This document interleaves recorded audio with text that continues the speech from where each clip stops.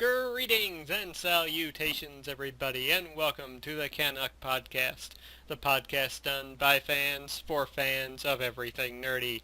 I'm your host, Lord X, and I welcome you to the show today. And joining me on this episode of the podcast, making his return back, it's ECW James. Yes, finally I have come back because I've been working my ass off. And you have a new mic too, don't you? Yes, a new headset, new mic. There'll be no more of me talking to ever again. Good to hear. So, we're back this week, and we've got quite the show. No random segment this week, so, we don't have to worry about going over the games of the month or, didn't prepare a top 5 list or anything this week, so, it should be a good story, but we do have 8 different news stories to go over, and I'm sure we've got quite a bit to talk about in the been playing, been watching, and maybe we've been reading something section. Reading? Yeah, we do a lot of that here on the podcast, don't we? Yeah, actually we do, only if they knew half the truth. Yeah. In regards to news stories, we got some big ones to talk about, and James is going to kick us off with a story that's worth $2.5 billion. Let me repeat that. $2.5 billion. That is a lot of fucking money. And if you've been paying attention, yes, this is the story of Microsoft buys Minecraft from Mojang for $2.5 billion.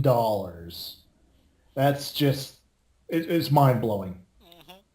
But honestly, I could kind of see it coming considering all the work that they put into making the console version of Minecraft for the Xbox 360. Yep. And all the work they're putting into it for the Xbone and everything else. Mm-hmm. And honestly, I don't blame Notch for selling. Mm-hmm. Yeah, he has good reasons, and he's come in and said so too. Yeah, because honestly, this game, him and a friend created in his garage using a free source engine, just took over every aspect of his life. Mm-hmm. And I believe he said it best when he said, now I'm paraphrasing here, this isn't an exact quote. It was the money or my sanity. Mm-hmm. And I'm sorry. For all the people out there hating on Notch just because he sold, let me point this out. $2.5 billion. Yeah, most people would sell their firstborn child for that amount. Exactly. And I'm like, you know what? Break it down like this. $1 million. Sounds crazy. But if you don't go nuts and spend your money like mad, you could live off that. Your family could live off that. Mm-hmm. To your grandchildren. Mm-hmm. Just off the accumulation of the interest. Yeah. I mean, interest is, depending on the bank, like 0.12%, mm-hmm. depending on which savings account. But yeah, it just $2.5 billion. And he's shared it with everybody else that's been involved with Minecraft up to this point. Mm-hmm. It's just, my mind is blown. So much money. Mm-hmm. And granted, it's not just the game itself. Just look at all the marketing things for Minecraft. You can hardly go anywhere these days without seeing somebody wearing a Minecraft shirt, hat, a creeper tattoo. Mm-hmm. Like I mentioned, 360, Xbone, PlayStation 4, which someone I know happens to be playing right now. A little bit. The pocket version, so you can play on your phone, your mm-hmm. iPad, yep. Whatever. Mm-hmm. It's honestly, bravo. Yeah. Bravo. It couldn't have happened to a better person. Mm-hmm. Now, the question is, though, did the right company buy this? Time will tell, but honestly, I'm not worried right now. Mm-hmm. Because just looking at the way they've been handling it on the 360 with the updates for their version, and they've been smart about it. Yep. They're not trying to push it too much. It's like test, test, test. Okay, let's see what we can do now. Okay, now we can work up to this version of Minecraft. Yep. Now we can go up to this version. Plus, it's kind of cool having all the downloadable skins. Mm-hmm. Yep. And I mean, I'm sure somebody I know is probably playing as Rocket Raccoon. no, Not yet? that pack isn't out yet for PC. Oh! Well, it is for 360. I know. Yeah, and, well, I mean, we don't have the old Microsoft buying this either. This is the new Microsoft. New smarter Microsoft. Yeah. And Phil Spencer has even come in and said that even though Microsoft owns it now, they're not going to take it away or stop supporting it for PlayStation or PC, so... Which is good. Yeah, yeah. Now, time will tell if Minecraft 2 comes out, what will happen there, but... Well, I don't know what they're going to do with Minecraft 2. I don't know, circles? Yes, circles.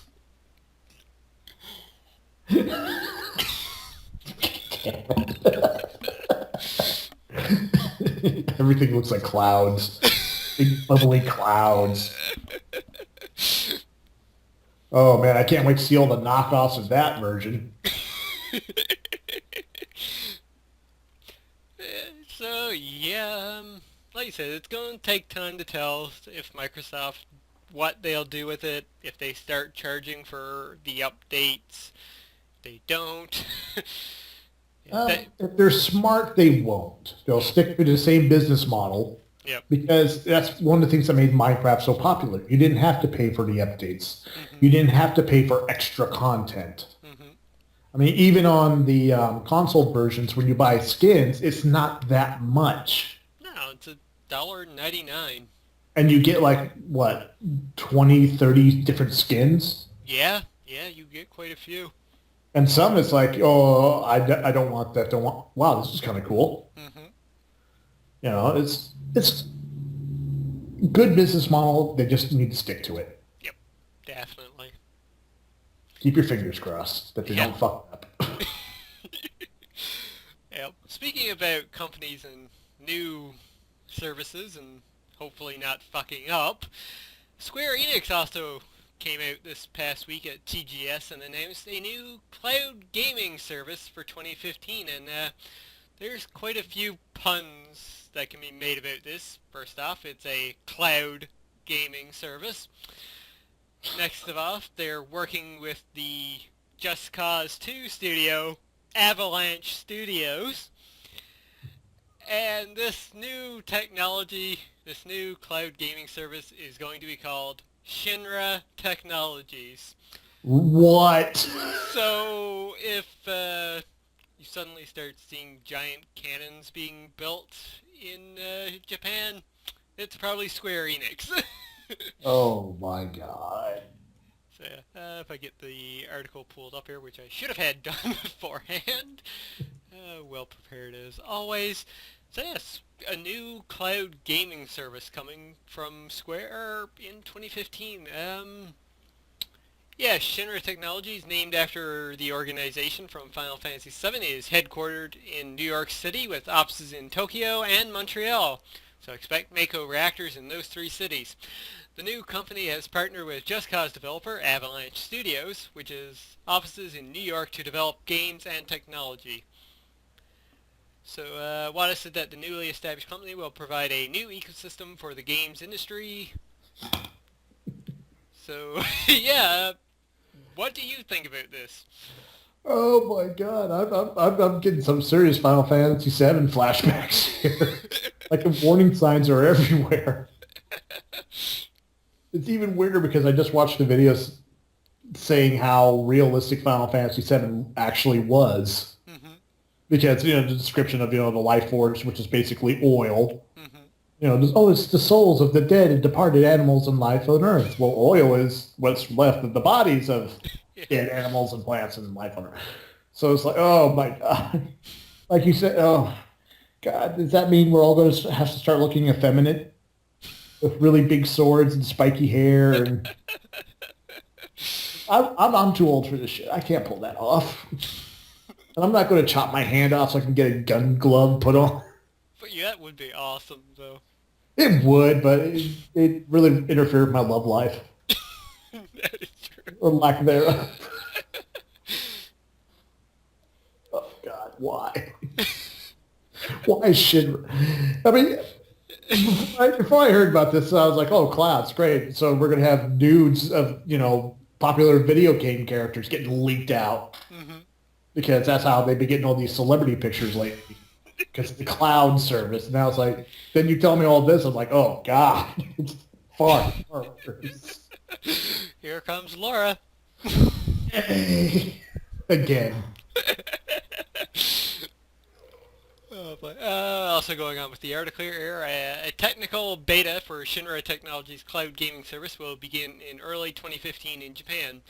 The beta will include a version of NG's Philosophy, the next-gen game engine tech demo, that players will be able to manipulate in real time. Also included in the beta are Space Sweeper, a new game developed by Kinjo Nakajima, as well as Square Enix published titles Final Fantasy VII, who would have guessed, Deus Ex Human Revolution, Hitman Absolution, and Tomb Raider.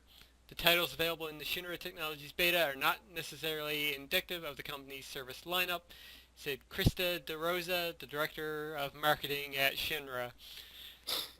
It's so weird to say that. Is there a picture of him standing there with like a bunch of guys in like black suits standing behind him? Well, there is one picture of, not sure who it is. It's probably Jacob Navak, senior president of Shinra Technologies, with a guy in a black tuxedo standing by. That's private security right there. I remember fighting those guys. They're a pain in the ass. The warnings are out there, people. They're going to cast Meteor and we're all fucked. We're Tifa. Well, there was that asteroid that was coming very close to Earth recently. Oh, Who knows? Maybe this is a sign that we'll finally get that Final Fantasy VII remake. the HD version. Yeah. Oh, God, I'm sick and tired of being that little carrot dangled in front of us. Final Fantasy VII remake. Who's still interested? Here's some more. Oh, God, what's her name? Lightning. Yeah. Who's coming to PC next month? Or this month, I can't remember which. Yeah, guess who's not going to be playing it? God, fuck Lightning. All right, let's keep the train moving here and talk about something that's slightly more interesting. Slightly? Have you been reading? My God. This new rumor coming out that there might be a first-person mode for GTA 5 on the PS4, Xbox One, and the PC. Ooh. Now, personally, I don't care. I was already excited about that prospects of, this game being on PC. Mm-hmm. First-person mode, meh, not too excited about it. Mm-hmm. But some of the other things that were mentioned do have me excited. For example, like the increased draw distance, finer texture details, denser traffic, and enhanced resolutions all work together to bring new life to the cities, towns, deserts, oceans of Rockstar's epic reimagining of Southern California. All new content and gameplay created since the launch of Grand Theft Auto Online included an expansive array of new jobs, an arsenal of new weapons, scores of new vehicles, new properties, player customizations also available. Hopefully now they can have gloves. For all the next gen systems and PC, more stuff coming out. Let's see. Oh, another good reason to get it on PC. Grand Theft Auto 5 for PC will also feature a video editing designed for enhanced movie making. Ooh. Basically, video capture mode. Mm-hmm. Which has me all Twitter. Yeah. If I remember correctly, GTA 4 on the PC had a great editor as well for that. It did, and some of it looked really good, especially when they finally got to the point where they allowed people to start importing their own skins. Hmm. I mean, I've seen some amazing videos of like Batman in GTA, Hmm. which is hilarious, or the piano going down the street running Oh over people. god! Yeah, I've seen so many gifs of that one. But it's beautiful. I mean, plus for Easter egg hunters, there's going to be a ton more Easter eggs in the game. Hmm. Animals are going to be roaming around, and Yes. which means a possibility of animals actually being in the online mode. Yeah, I really hope that happens. Because I can't tell you how many times I've been on Mount Chiliad and just waiting for a bobcat to attack one of my friends, Hmm. and it's never happened. Hmm. Or we go bear hunting and there's no bears, or trying to find Bigfoot, Hmm. you know, and to sweeten the deal, if you transfer your characters from your 360 or PS3, you'll receive new weapons and a free garage on the new online mode. Yay! And something that has me excited, Hmm. newly overhauled character selection screen. Mm. Because that's something that pisses me off. Like my character, the customization, It was piss poor. it is like, this looks nothing like I wanted it. Why is he so skinny? Hmm. Why does he look like, ugh. And how come all these other people were able to make their characters look just like, John Marsden or, other famous rock star characters? Hmm. And, but hopefully, fingers crossed, they get their shit worked out and this stuff, it works. Hmm. I'm excited. Yep. Yeah, I have really high hopes for this version too. And I'm not picking up day one just because November's a clusterfuck now as it Oh, is. yeah. But I don't know. December rolls around. Maybe, possibly look for something on Boxing Day. Now, if we have to go through Origin to get it, fuck it. Yeah. But nah, we'll probably have to get it through Steam, which I'm okay with. Mhm. Yep. Well, for me personally, I'll be picking up on PS4, so Oh, well, no, you and eventually on PC. should get the PC version. That way, those of us without a PS4, hint, hint, nudge, nudge. Hey, We you know me well enough now. I'll end up buying it twice. at least twice. Well, three times if you count the PS3 version. I have to come out with the Vita version. Nah, there's remote play for that. So yeah, besides just looking more beautiful and having greater in-depth gameplay, first person mode is just like a little piece of, salad with the steak. Yep. It's like no one ever complains about first person mode when playing GTA. Hmm. It's like, oh, I really wish this was more like Call of Duty. I really wish it was like more like Doom. No, you're used to playing like that. Yeah. Though granted, I am looking forward to being able to look at things closer up that way. Yes, that would definitely make a lot of the missions a lot easier, especially for the Easter egg hunters out there. Hmm. Make it so much easier to find those little tiny things. Yep.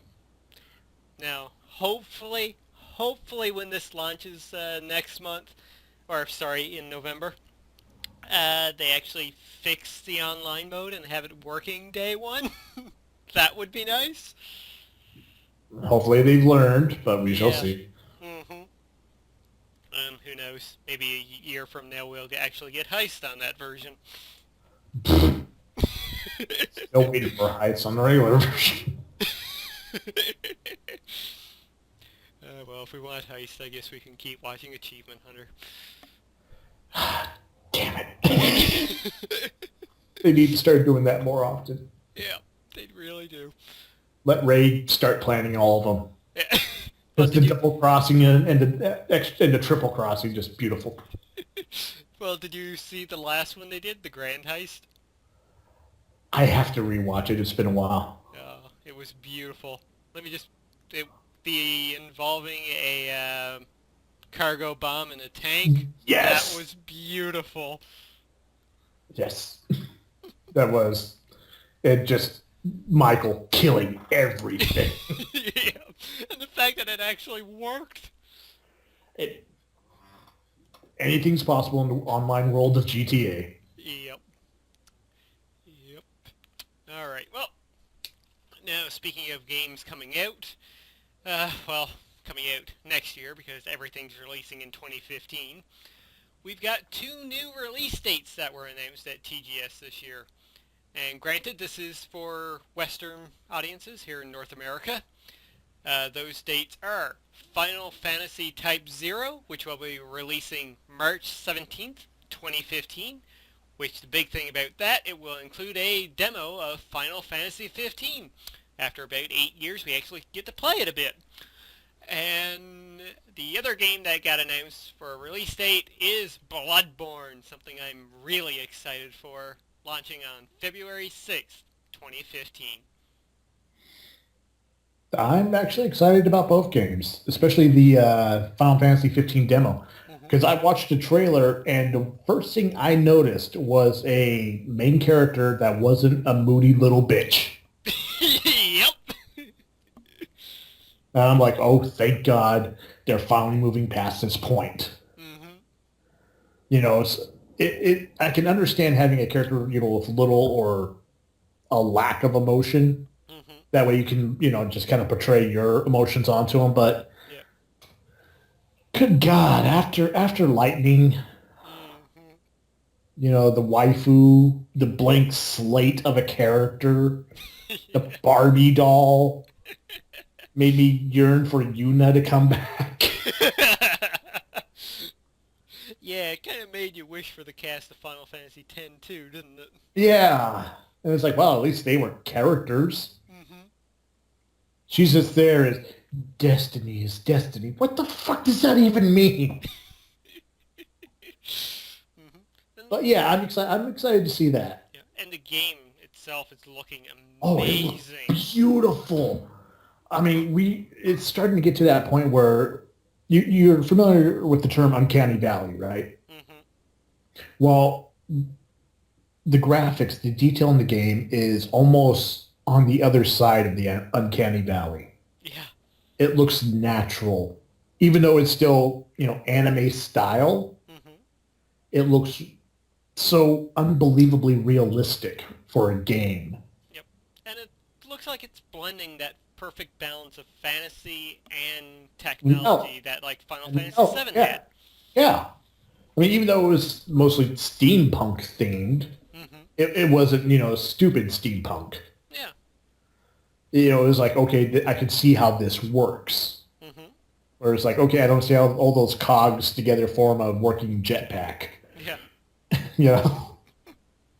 But as for Bloodborne, I've just recently started playing fucking not Demon Souls, Dark Souls. Mm-hmm. And since this is part of that series, Yeah. it's like finally I don't have to wait for the guy to hit first. I can just go in there and just whoop the fuck out. Or shoot him in the face with a. Or just so many possibilities, and I'm starting to fall in love with those type of games that are difficult on purpose. Mm-hmm. Difficult, but not over so. Like Yeah, there's a way to do it. yeah, this isn't I want to be the guy difficult, where it's just brutally raping you over and over and over again. Mm-hmm. The Souls series, as I'll refer to it. Mm-hmm. Yeah, they kind of brutally rape you over and over again, but they at least whisper in your ear. Yeah. They buy you a drink first. By the way, I do not condone rape. It's just gamer term for just getting destroyed over and over. Because that's all you do in those games. You Yep. die again and again and again and again. Yep.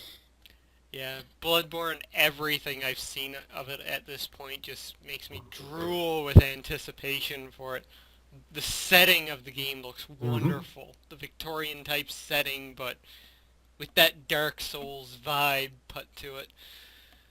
the gameplay looks well improved over Dark Souls, which really it did not need any more improving than what it had, but it's looking even better. Yeah. And it seems to be rewarding the more aggressive Hmm. play style, Yeah. unlike the other previous Dark Soul games Hmm. didn't. Yeah, this is It was more. more wait for them to move first, then you can move. Yeah, this is more fast-paced. Yeah. So yeah, I can't wait to get my hands on it, Hmm. which means I got to buy a new system. Yep. Uh, PS4 specifically, because this is an exclusive. yeah. Well, for now. No, it is. It's being published by Sony with help from Software has help from Studio Japan to actually make it. Ooh. So this is 100% an exclusive. Yikes. Yeah, more or less it was Sony looking back and thinking, Dark Souls, or Demon Souls was actually pretty good. We shouldn't have let them slip away from us. Yeah. Dead. uh, as for the other game, we kind of talked about the Final Fantasy 15 demo. We really didn't say much about Type Zero itself. Is it said I'm more excited about the demo? Does that make me a bad person? No, because I'm the same way with you there. I went and pre-ordered Type Zero mainly for the demo, so... Yeah, But, honestly, I think they know that. hmm but I don't know. From what I have seen of Type Zero, it is looking like a good Final Fantasy game. And from what I heard, when it was a PSP title, it was actually really good. Mhm. So it was always a shame that it did not get ported over here to the West. Yeah, I just wish. So, I mean, there's so many games over there that need to be ported over here Hmm. just because they're so good. Yep. And a few companies have been getting better at that. I mean, Namco Bandai has been great bringing over the Tales series as of late, and Mhm. uh, well, NIS has always been glorious with bringing over their games, because at this point they really don't give a fuck how many they sell, they just want to do it for their fans. Now, if only Square Enix would, think that way. Yeah. Well, I imagine they're going through a lot of turmoil right now because wasn't the last Final Fantasy game they released, Lightning Returns or whatever, like one of Yeah, their lowest selling games ever? yeah, even in Japan it did really poor. But, Because the players are getting tired of the same thing over and over and over again. yeah. But on the other side of the coin, though, Bravery Default that came out did amazingly well for them. Yeah. And that was a pure classic Final Fantasy RPG, which tells a sign like people want the old stuff, the true classic RPG formula. Yeah. Pause. Yeah. Yeah. When you're done, you want to bring the computer to apply for Yeah, sure. Okay. Sorry. No worries. So yeah, the classic formula is what stuff people want these days, and it shows too. Yeah. Exactly. That's why stuff like, well, Bravery Default did really well over here, and the Tales series has been doing phenomenally well recently. Mm-hmm. So yeah, hopefully we get more like that, and hopefully Final Fantasy 15, kind of brings us back to that style. And from what I heard, it's a good mix of the Kingdom Hearts style and what Final Fantasy 12 had to offer, which in my opinion was the peak at like action-oriented Final Fantasy with a taste of the old school style. So if they're bringing that back, awesome. Just don't give me a fucking auto command anymore because that Uh, was horrible. I'll take your word for it. I mean, I tried watching a playthrough of Lightning Returns, and I Still, just still I haven't played that stopped. one yet. Still haven't played that. Still haven't played X2 or 13.2 to be honest with you. Probably never will. It will sit on my shelf for eternity. Do the smart thing. Just walk away. Alright, well, I guess that does it for our gaming news. It's time to dive into the realm of movies and TV. And this week, we've got a whole batch of DC and Marvel news to talk about. Oh, yeah. Why don't you kick us off with a bit of DC? All right. Brace yourselves. Warner Brothers announced a Suicide Squad movie. Woo! That's right. One of my favorite villain teams in the DC universe. It's fine. Well, they're not really villains. They're Semi-villains? semi-villains forced to do good things. Mm-hmm. So, according to Variety, Warner Brothers is actively developing a live-action feature film based on the DC title with David Ayer, End of Watch, Sabotage, and upcoming Fury.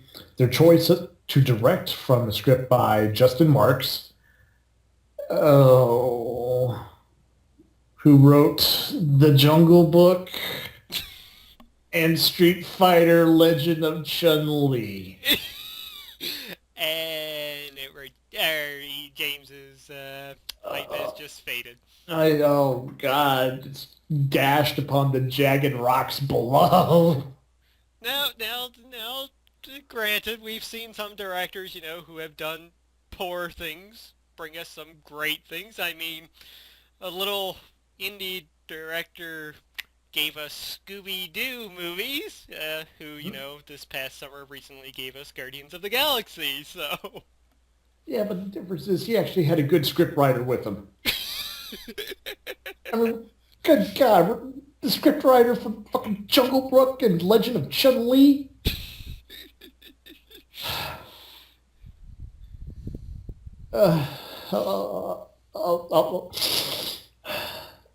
Quoted by Variety, it is unknown where things stand in the deal-making process, as Warner Bros. Has not commented, but sources say the studio feels Ayer is a good fit for the dark and edgy film.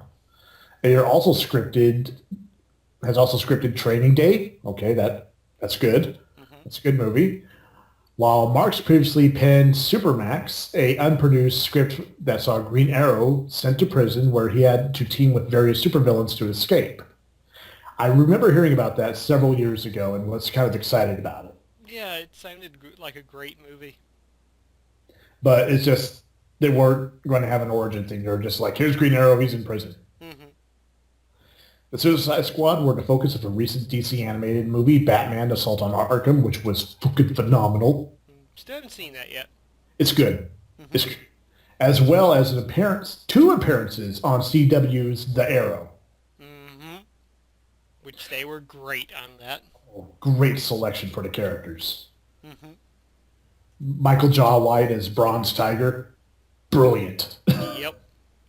No word yet on a release date for Suicide Squad, but chances are it's probably going to be between now and 2020.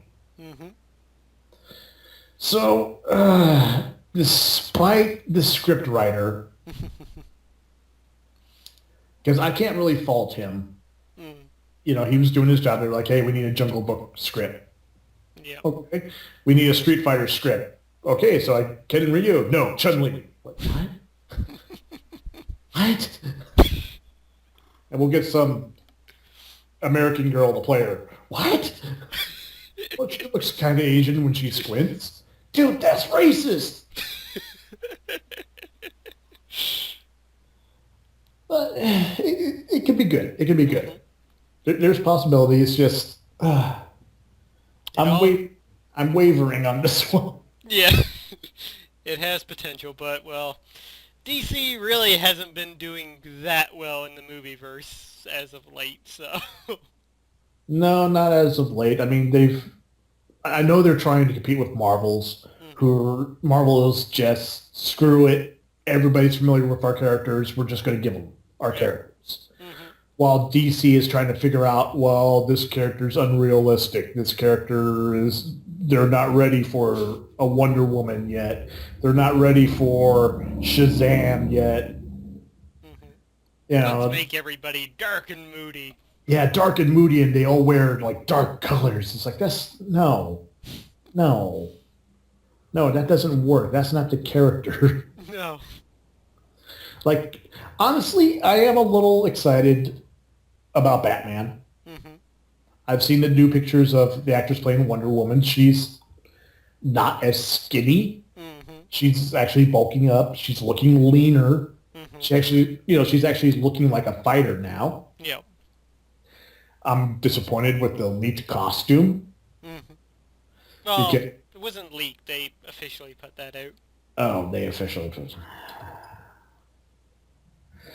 disappointed. Heavily disappointed in that costume because The design was good. It just needed more color. yeah, I mean, I've seen Photoshop versions where they just brought the red and blue out a little bit more, Mm-hmm. and it was perfect. Yep. It wasn't the. I'm sorry. I don't mean to ramble. Just stop fucking with the source material. If you have to make some changes, I understand that. Mm-hmm. Don't rewrite the mythos around it. Yeah.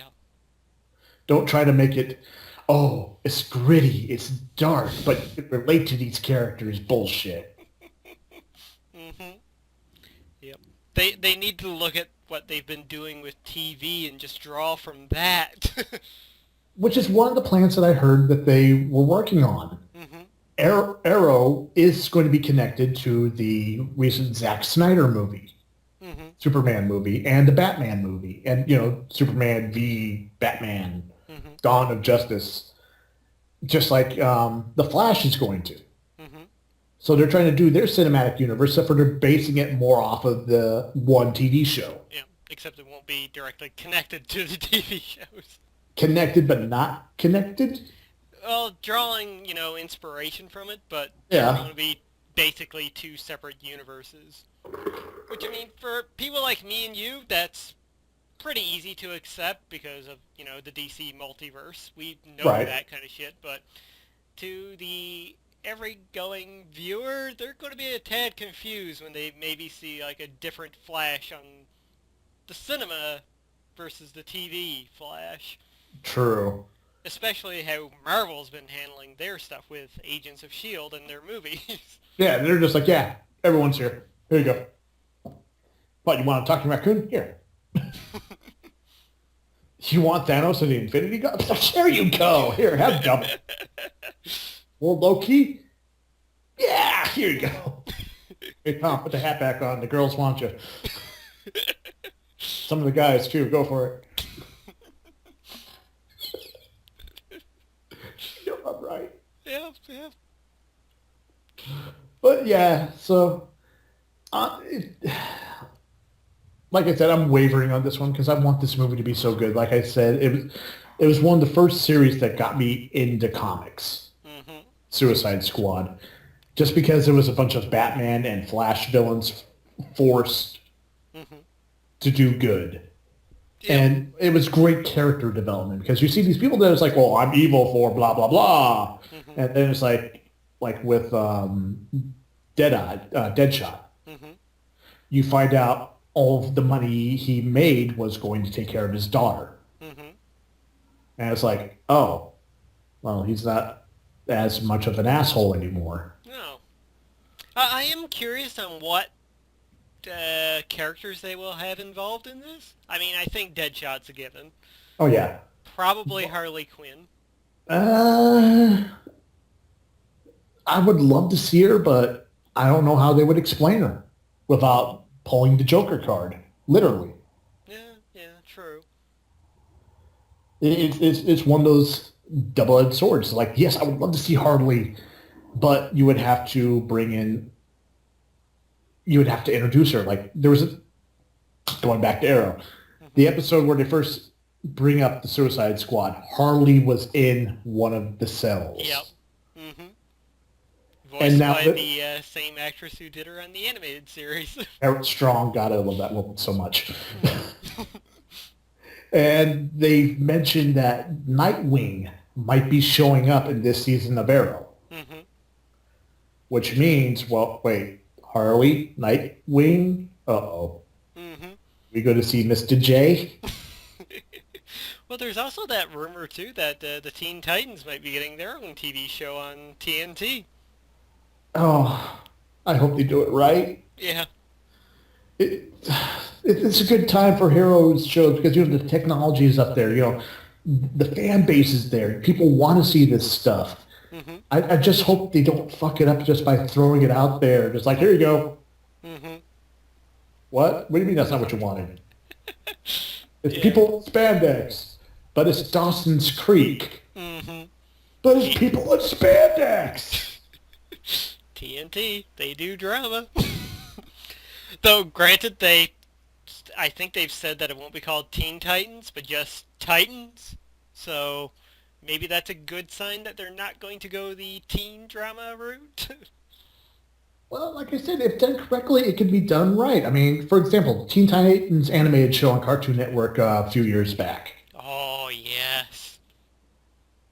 As silly as that cartoon was at times, Mm-hmm. it had some really almost heart-wrenching moments Yep. for a cartoon. Mm-hmm.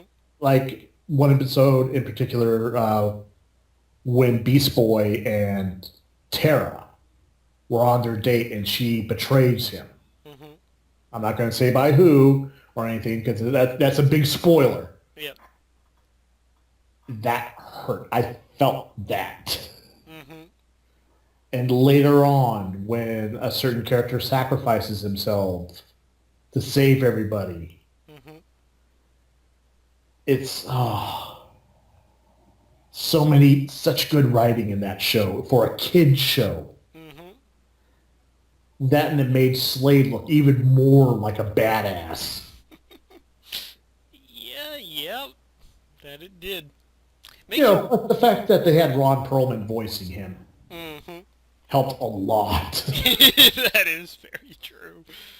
Now, if they are doing a Titans TV show, I wonder if they'll introduce Deathstroke. Especially since we have already got him on Arrow.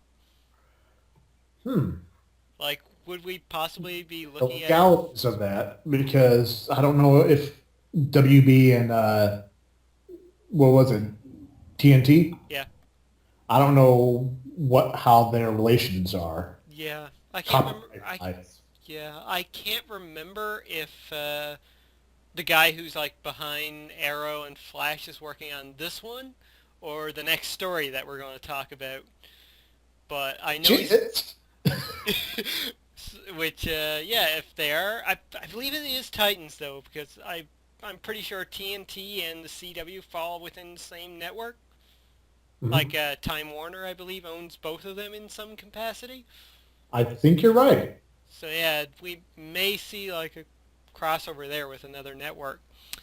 But speaking of the next story that we're going to talk about, since we are talking about DC superheroes on TV, CBS has bypassed the pilot and greenlight stages and has actually ordered a Supergirl TV series. Oh.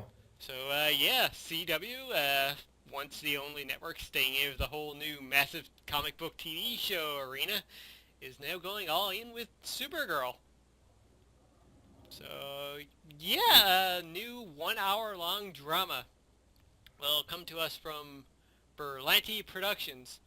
Oh, both Arrow and The Flash on the CW, which are those guys, in association with Warner Brothers Television, Greg Berlanti, and Alan Ader, who has done two little shows by the name of Chuck and No Ordinary Family. Ooh. Will This is serve looking as good. writers for the show, while also serving as EPs alongside Sarah Schneider.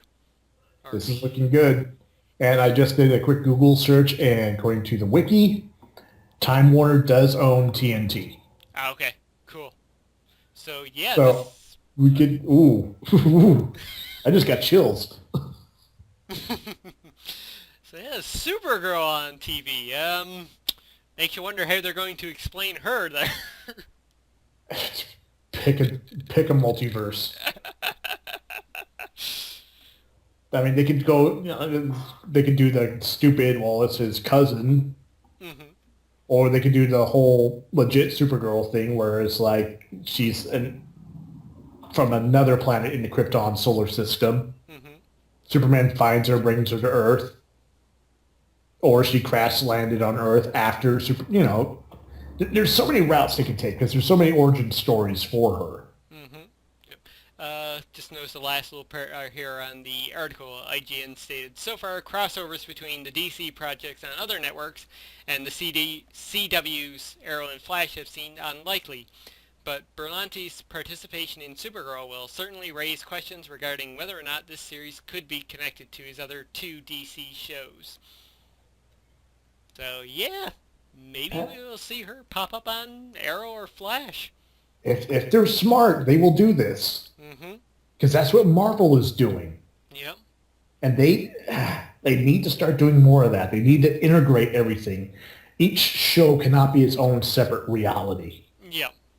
Which is why I'm so happy about The Flash and Arrow.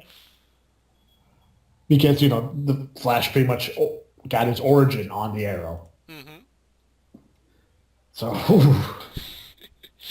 big chills. Big chills. Yep. So, yeah, it's going to be interesting, and hopefully they do it right. It is on CBS after all. So, little concern there. Yeah, but CBS has been doing pretty good. Yeah. It's got, like you said, you've got a huge amount of talent behind it.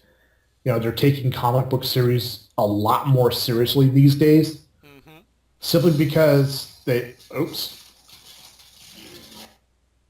Sorry about that. No worries. Technical difficulties my part. Fucking ad started playing music. But where was I? Oh yeah, they're realizing how much money they can make just by doing things the way comic books do them. Yep. So, fingers crossed. Yep. Now, speaking about crossing fingers, you've got our next story, which has me really, really excited. Oh, you and me both, because starting at Comic-Con when this clip was leaked, I'm doing finger quotes here, the whole internet has gone nuts and it's officially happened. We are finally getting a date for the Deadpool movie release, 2016. Yes! Matter of fact, February 12th. The perfect date movie. Yep. Deadpool movie, and it's, oh my god, Ryan Reynolds is going to be in it. Hopefully. It hasn't been confirmed yet. No, he's been attached. He has? Yep. Woo! It doesn't mention it in this article, but he has been attached. He is like, yes, because he's been fighting for this for such a long time. Oh god, yes. Everybody involved in the movie, which makes it even more, exciting. And it's just, oh my god, can't wait. But unfortunately, it doesn't look like it's going to be R-rated. It's going to be a PG-13, which is fine. Because if treated properly, a PG-13 movie can still be, if you think about it, the comics are PG-13. Then they're pushing PG-13 yeah, very far these days. You can do the same thing in a movie. I've seen some really bloody PG-13 movies. Yeah. I've seen some really awesome side boobage in PG-13 movies. There's a lot you can get away with. You can only say fuck once, but who cares? You only need to say it once. As proven by X-Men First Class. Exactly. Great movie. I don't care what anybody says. But there's other rumors that Hugh Jackman is interested in reviving Wolverine for the movie. What's his name is going to be playing Cable? He was in Terminator. He was John Connor's dad. Oh. He was in Aliens. Jesus Christ, I can't remember this guy's name. He's such a good actor, too. Yeah, it'll come to you. It'll come to me, but... Oh, yeah, Deadpool, finally. I just pull up this article, too, from Dorkly, which they put up 7 reasons to get excited about the Deadpool movie, which all of them, I think, both of us can agree with. Let's hear it. Number 7, that leaked quote-unquote leaked footage from a few months ago. As we both mentioned, yes. Honestly, I have a little theory about that. Mm-hmm. It's a little one. I won't ramble too long. Okay. I honestly think it was purposely leaked by the director. Yeah, yeah. Just to show the studios, like, yes, people want this. Mm-hmm. And he was right. Yeah. Good, bad, people will pay to see this movie. Mm-hmm. Number 6, speaking of the director became a director just for this. Oh my God, that's awesome. Well, as they mentioned here, the only name officially attached to the movie so far is a man named Tim Miller. If you're not familiar with his work as a director, don't worry. It's because he has no real work to speak of. He's written and directed a few shorts, but that's it. No feature-length movies, and the last short he did as a director was over a decade ago. But there's one ridiculously encouraging thing on his resume. The special effects creative supervisor for Scott Pilgrim vs. the World. Ooh, that's good. Yeah, so that can get anybody excited, I'm sure. That was number 6. Okay, number 5. The comic book movie industry could use a movie that makes fun of it. Yes. Which is very true at this point, and nobody would be able to make more fun of it than Deadpool himself. Yeah, they say here at the end, plus an end credits tag making fun of end credits tags. Oh man, think about how many angry friends and partners have been stuck sitting in a movie theater for an extra 10 minutes only to see a context-free, baffling 20-second scene thanks to whoever dragged them along. Imagine their relief when somebody was finally calling out all of these movies on their bullshit, and the comic fans' delights as they've just seen a real Deadpool movie. Everybody walks out happy. Yes. Number 4, Ryan Reynolds really needs a hit. Yeah, he does. Which, yeah, we all remember but want to forget his last superhero outing, Green Lantern. Which is sad because he was so for that movie. Mm-hmm. You know, it was one of those, I love this character. I love everything about this. You know, I want to do this movie. And then he did it, and it was like, It was more so the script and the direction, I think. Number 3 doesn't have to deal with any of the baggage that normally comes with comic book films. yeah. One of the big problems comic book movies run into is their variable savageness to the source material. They're expected to adapt the material in a certain way, trying to balance pleasing fans and the general audiences alike. Fans will want to see certain storylines and characters and arcs. The general audience will want an entertaining story that they can understand. Splitting the difference is tricky, and Deadpool really doesn't have to worry about any of it. He just needs to pop up and kill people. Mm-hmm. Number 2, the script is apparently great. Yeah, I've been hearing that a lot. Mm-hmm. There's a quote here from, let's see, anyways, the script. It sounds fantastic. Cinema Blend put up a review of it earlier this year, which they had to remove due to copyright complaints from 20th Century Fox. And here's what they had to say, prior to it being taken down, that is. In its best moments, it's like reading Van Wilder meets Kill Bill, a genius mix of insane, dark comedy and ridiculous over-the-top violence, the likes we've never seen in any superhero movie before. With the right director and Reynolds in the lead, the script has the potential to be the Dark Knight of rated R superhero movies. Yes. And apparently there's also a couple nice digs at X-Men Origins Wolverine. Good. As there should be. And number 1, everyone involved really, really wants to make it. Yeah, that's a great sign. When the actors and crew and everyone's like, we want to make this movie. Mm-hmm. I mean, it's not like Transformers or Ninja Turtles where it's like, yeah, we're making a movie. And everybody's, no! You know, the fans want this. Just, you know, the producer, well, some of the producers want it. The director wants it. The actors want it. Mm-hmm. It's like, how are you going to deny these people? Mm-hmm. I mean, honestly, I'm surprised he didn't do a Kickstarter, Yeah. just so he wouldn't have to deal with the producers. Hmm.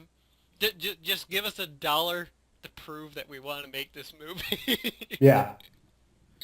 And if it's half as good as that little short clip was, Hmm. then it's going to be worth it. Yep. Definitely worth it. Alright, well, since we're talking about mutants, or, well, semi-mutants, because Deadpool isn't a mutant, uh, let's talk about mutants, and the fact that somebody's returning to direct a certain sequel. Oh, yeah. Hmm. You want to That. tell the folks who that is? Oh, you got this one, remember? I kind of started Oh doing yeah, it. that's right. I forgot you did the Deadpool one. Kind I of. just got really excited there for a How moment. can you not? And this just adds on to it. It's like, it's like when you're doing a bacon sandwich, you crisscross the bacon. Hmm. That way you get chunks of bacon in every bite. Yeah. Well, yeah. Uh, we all know that X-Men Apocalypse is going to be happening in, well, 2016 as well. And Bryan Singer's coming back to direct it. Oh, yeah. Yay! Even though he, did piss poor with Superman, the man knows his mutants. And after what he did with Days of Future Past, I cannot wait to see what he can do with Apocalypse. Oh, yeah.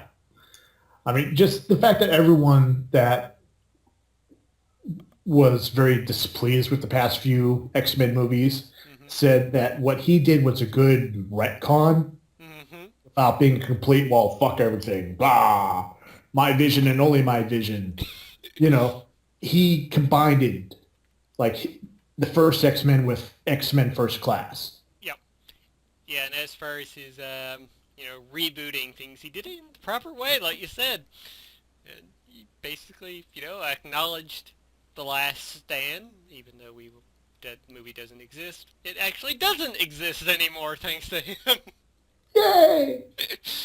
And, well, he pretty much retconned X-Men Origins Wolverine 2 with Days of Future Past. Thank God. Yeah.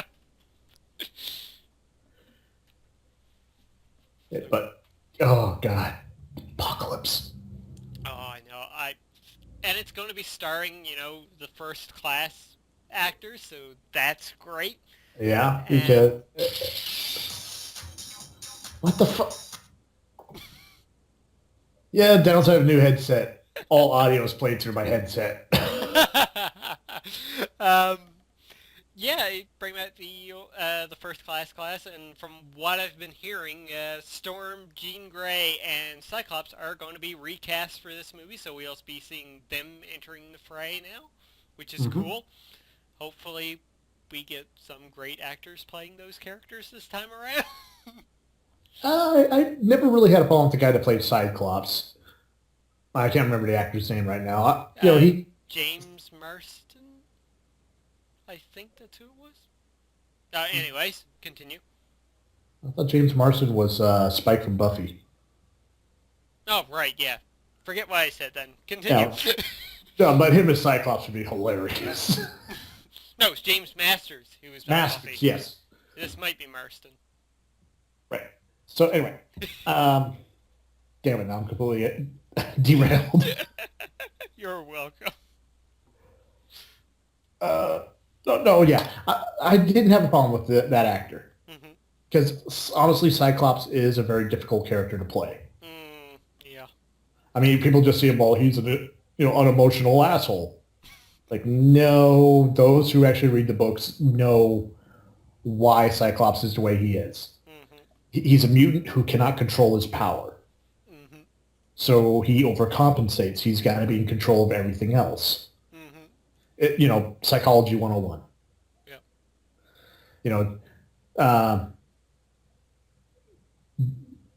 What's her name? Jensen. She was good in the first movie. Not so much in the others. Not going to miss her. No. Storm.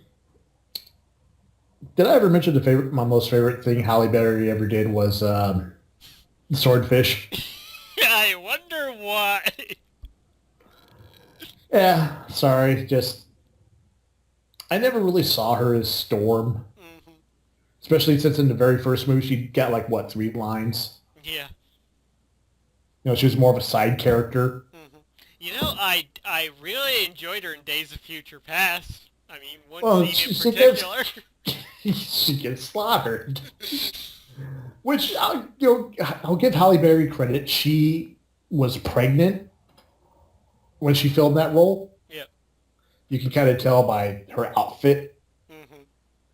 but it's still just some. There's so many other better actresses out there Yep.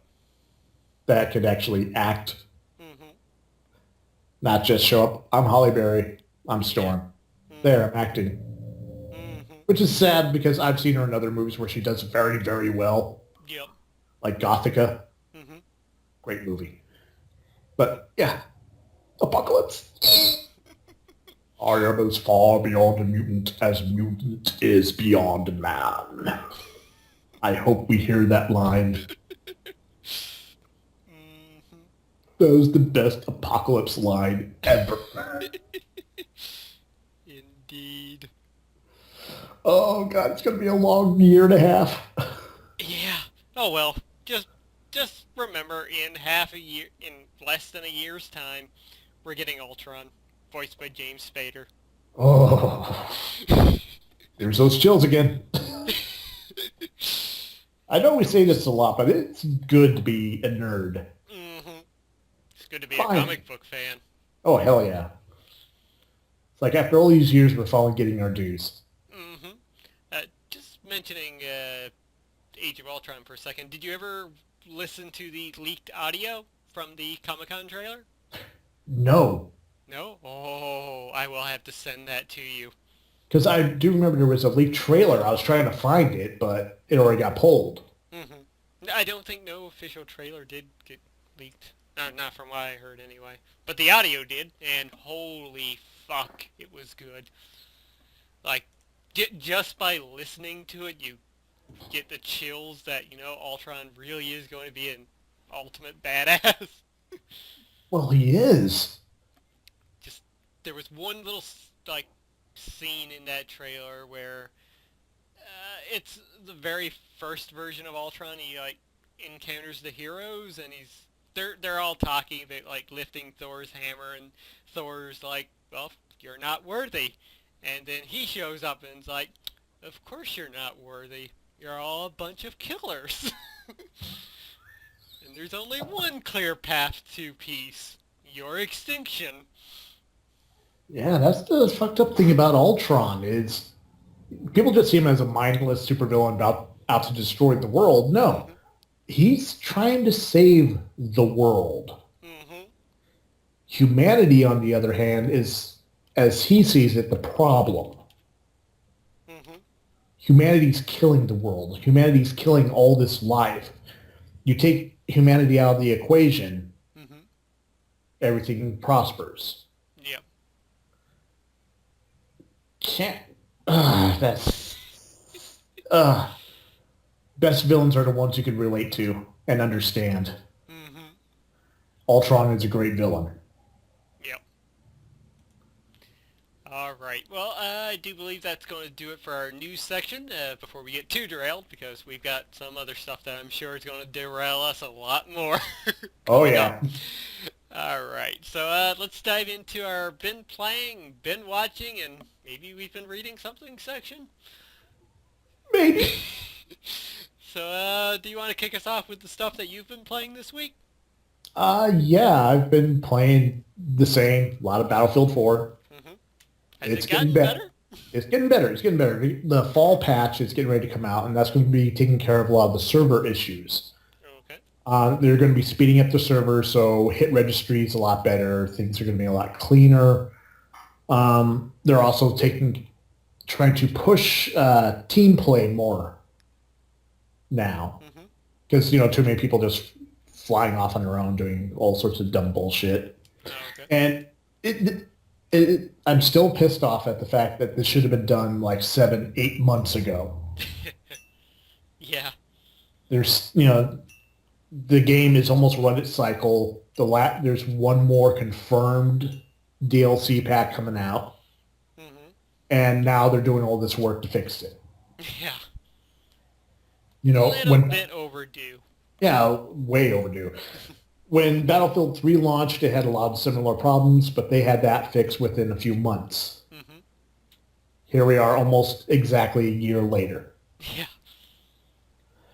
As for the other game I've been playing a lot of Dark Souls.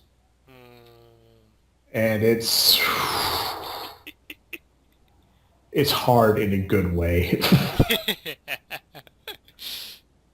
And just, oh my God. It's so frustrating. Like, there's parts where I just, it's one of those games, if you take your time, you'll do fine. Mm-hmm. The moment you start getting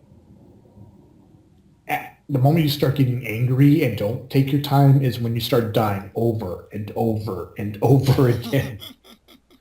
And it'll suck because you'll be taken out by people you just killed with one hit a few minutes ago. Mm-hmm. They'll hit you with some combo because you fucked up and let your guard down. Yep. That's how the game rolls. It's all about, taking your time. I've been enjoying it. I'll probably pick up Dark Souls 2 when I get some extra cash. And, this has got me excited for maybe going back and playing some of the Demon Souls games. Mm-hmm. Because I've heard they're pretty much the same. Oh, yeah. Demon Souls was just as brutal. I believe it. I believe it. And it's got me excited for the next gen stuff, like Bloodborne. Mm-hmm. And who knows? Maybe by the time you get a PS4, the PlayStation Now service will be out and Demon Souls will be on that. Exactly. So that's what I've been playing. Mm-hmm. That and a lot of the modded Minecraft. A lot of modded Minecraft. I'm going nuts. Oh, you can't go wrong with Minecraft. No, you can't. So what all have you been playing? Well, it's been 2 weeks since the last CanUK podcast, so I've been playing quite a bit, really. Of course, I've been playing Destiny, which, the gameplay's nice. The story's pretty shit, but the gameplay's nice. Yeah, that's like the biggest complaint I've been hearing. Yeah, it's like a first chapter to a book, but it's not really complete. Ooh. Yeah, which is kind of disappointing hearing from Bungie, but, they do have a 10-year plan, so I'll let it slide a little bit, but as of right now, I kind of agree with those 6 out of 10 reviews. It's fun to play, especially with other people. Most of my gameplay time with it has been playing with Big Boss, actually. Mm-hmm. I've done very little playing just by myself. I'm not a big FPS guy, as most people know, but yeah, I'm actually really enjoying Destiny for what it gives you. Mostly, I think, because it does have that Borderlands type feel. Though, even though I haven't played much, I'm only level 11. From what I've heard from other people, the loot system can go fuck itself. Because it's completely random and doesn't matter how good you do, you could get stuck with very, very shitty loot drops, whereas people who are doing worse than you can get legendary gear. Oh, fuck that. Yeah. Okay, moving onwards. As well, I've been playing with Big Boss a lot of Minecraft on the PlayStation 4. And my god, this is an improvement over the last gen versions of it. Like, just the draw distance alone playing is like, holy crap, things look amazing now. Mm-hmm. Just like standing on top of a high tower and looking out, it's like, man, I can see far into the distance. It's just been wonderful. And with that, I believe it took me 7 days or so, which I can confirm right now. 12 days and 20 hours, I platinumed the game. So, nice. Yeah, got the Minecraft PS4 Platinum to go with my PS3 Platinum. Just waiting for the Vita version to come out to hopefully get the Vita Platinum. I'm not a trophy whore. Yes, you are. Just own it. Just take pride in it. I do, really. Number 27. That was 2, by the way. So yeah, I've been playing a lot of Minecraft, building up the CanUK Kingdom, which me and Big Boss hope to stream a bit in the near future when we have a few more things done. Mhm. And I know Jester has bought the game. Izzy has the game as well, so you might be able to see some CanUK podcasting going on there in the world of Minecraft in the near future. Going on with what I've been playing, I played the Smash Brothers 3DS demo. October 3rd cannot come fast enough. Oh, I know. Smash Brothers, it works so well on the 3DS, and I was kind of worried like the frame rate and everything might be down, but no, it's playing extremely well on the 3DS. My only complaint at the moment is the fact that I have a normal 3DS and not an XL, so Oh, so you got one of the tiny ones? yeah. Oh, I thought about upgrading for Smash, and then Nintendo revealed the new 3DS, so yeah, I'm not upgrading till that comes out, so well, I'll deal with it just because of, the Wii U version's just right around the corner, so. right. But yeah, it plays well. Mega Man is really cool to play as. He's really different style than other Smash characters. The Villager, the other new character that was included in the demo, was really fun to play with, and I, may use him a bit more when the final game launches. Oh, so you're not going to go with the me route. Fuck that. You're not going to make Lord X in Smash Brothers? I'm sure I will, but yeah. I according to the unlocks that came out of IGN, I think I have to play somewhere around the range of 1,010 games to unlock the character that I really want to play as. Which is? The Duck Hunt Dog. Oh, God. Luckily, Ness from Earthbound, who has been a choice of mine in Melee before, is only at 10 games to unlock, so I won't have to play long to get my normal character of choice, though Snake is nowhere to be found, which makes me sad.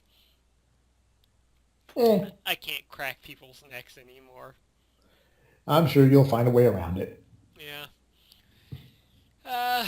See what else have I been playing. I played a bit of Murdered Soul Suspect on the PS4. Interesting from what I played, and then the game crashed on me. Uh-huh. So, which it does. Yeah, I haven't been back to that yet, but I will because it's an easy platinum apparently. Yeah, I recently finished watching a Let's Play of it. Mm-hmm. And, oh, God. Good concept. Mm-hmm. Brilliant concept. Poor execution? Mm-hmm. Question mark? Yeah, I'm kind of getting that vibe from it. Yeah, so I'm interested in playing more, and I'm sure I'll have more to talk about in the weeks to come on that. But the main game that I've played, the main game that I will talk about here, is a Vita game, a sequel at that. It's Danganronpa 2 Goodbye Despair. Now, I've mentioned before on this podcast a lot of times about the first Danganronpa and how it was my game of the year. For a novel puzzle game to become my game of the year, that's, just insane to think about. The sequel here, I still haven't decided yet, but, it's just as good, if not better, than the first game. We all know the emotional train wreck that the Walking Dead games can be. Oh, yeah, especially since a mutual friend of ours, Jester, just put up the last episode for this latest season. Mm-hmm. Which I need to watch after this. Oh, wow. Yeah. I'm interested to see what he did. Danganronpa hit me harder than what The Walking Dead did. Really? Yeah, going back to the first game, like the first murder that took place, like it made me drop my Vita just because it hit me that emotionally. And with Danganronpa 2, I'm not sure, do you know like the concept how the game plays? I've seen clips of the anime Mm-hmm. that I guess is based off of the game.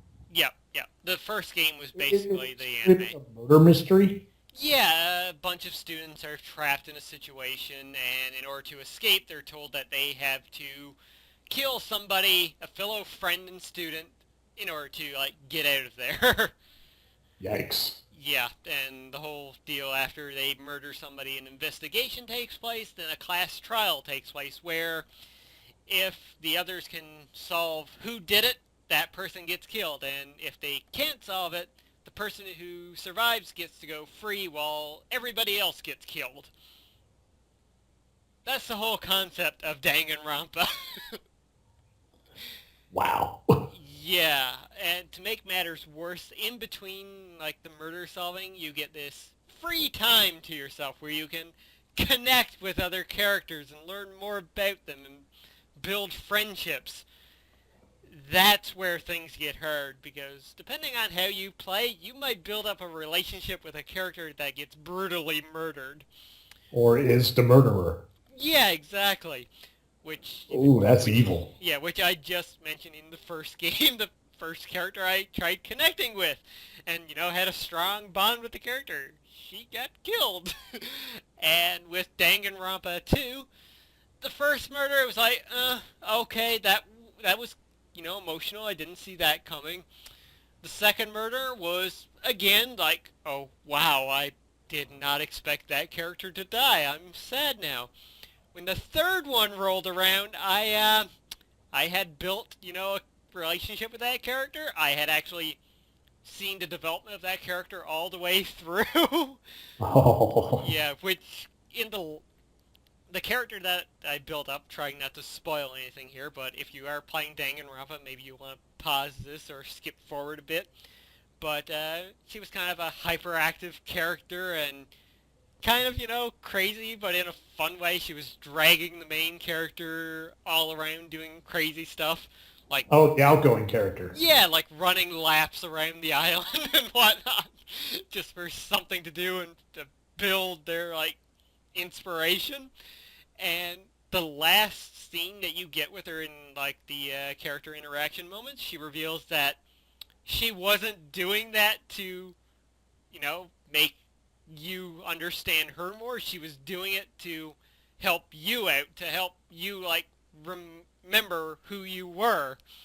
Because in the game, the main character has like they've all lost their memories, but he can't remember what his ultimate talent was or where like why he was chosen to be in this game.